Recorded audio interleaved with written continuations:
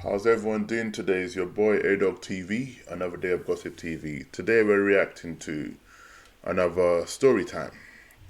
I wonder what this story is about. It says strict rules my parents had for me growing up. We all can relate to that. Strict rules that apply. Yep. Especially an African household. We can definitely relate to that. 100%. Let's see. Into an insane asylum. The first one being that I had screen time on my phone until I was 18 years old that shut off at 10 p.m. every night. And when I was younger, I had to plug in my phone out in the kitchen, and at one point, all my electronics had to be plugged in the kitchen. Shout out to my mom and dad. This is not a nag at them at all. I was just kind of a wild child, and obviously some of these rules needed to be put in place because of my actions. But on top of the screen time, I was never really freely allowed to have social media until I was around 18. I don't even know if all you guys know, but when I first blew up on TikTok, I wasn't even supposed to have TikTok. So essentially I snuck it like the rebel I am. And when I first got Instagram and Snapchat, they were both on my mom's phone. They've also always had all my logins. At one point I did actually end up having a flip phone for a month. I think like my sophomore or junior year. Everyone thought it was so funny, but that was a consequence. Next thing I always thought was interesting is that I was only really allowed to go to Christian concerts. I didn't go to my first concert until my senior year, which was a country concert. I had gone to probably like 5 or 6 Christian concerts, and I only really could listen to good music with my parents. Anytime something raunchy would turn on, they'd be like, oh my gosh, turn it off. As for boys, I was never allowed to have a boyfriend until I was 16. Obviously, I went against this rule because I was just a rebel, but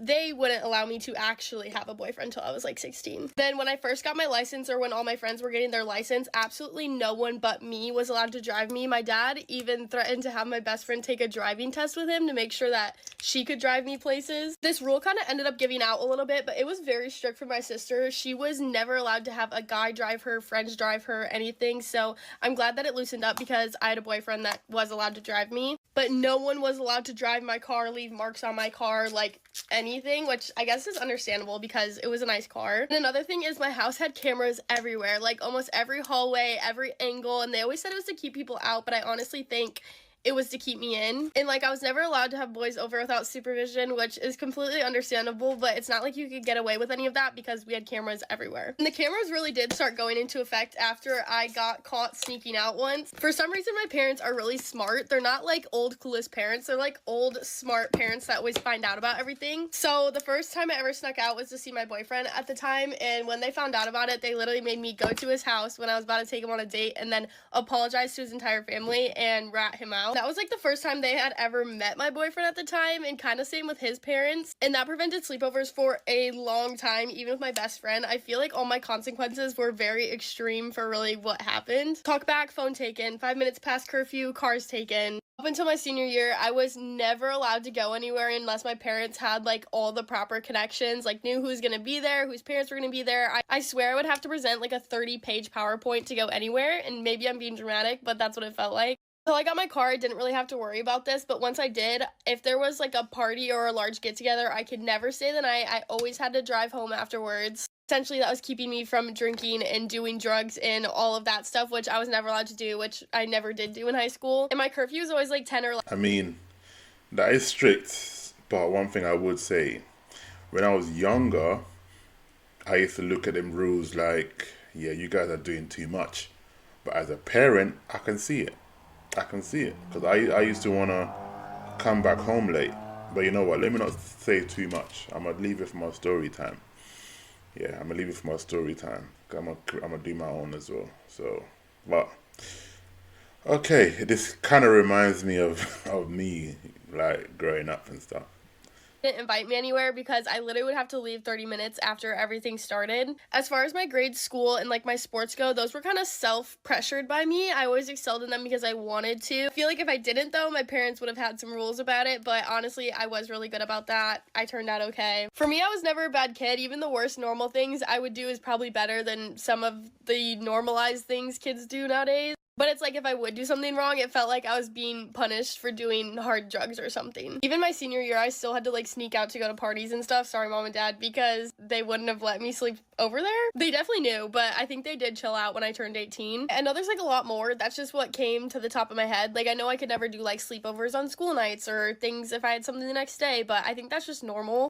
So yeah, now that I say them all out loud, they don't sound like the worst things in the world. So let me know your guys' thoughts and your guys' rules if any of you guys have the same things in common. I don't know, it's just funny now. I always had the helicopter parents that were always in my business. Without me telling them, it was like searching through phones or media accounts to figure out what's going on. I feel like a lot of these are reasonable. I just wish I had a little bit more of a social life in high school, but I'm not mad that I didn't because honestly, they probably weren't making the best decisions anyway. And now that I'm on my own, they have completely let go of me. Like, I am completely on my own. I think they know that they raised me good and now they've just let go. So thanks, Mom and Dad, for raising me right, even if it might have been a little straight and narrow. So I gotta go. Hope you guys have a great day. Peace out. Love you. Bye. You know what? It's one of those things. As a child, you would hate your parents for being all, as people call it, being so strict and not letting you do what you want to do.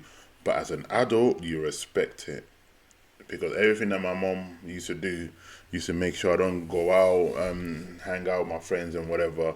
And when I went out, I used to get in trouble. So anytime, even though I'm out late and I'm breaking the rules, my mind was always, oh, what's gonna happen when I get back home? It was never comfortable. So I wouldn't want to do it all the time, even though sometimes I can't help it, but it wasn't all the time. But as an adult, that's what I'm an introvert right now. I don't enjoy going out. I ended up working in clubs and stuff just to get out of the system. So now I don't even enjoy going out.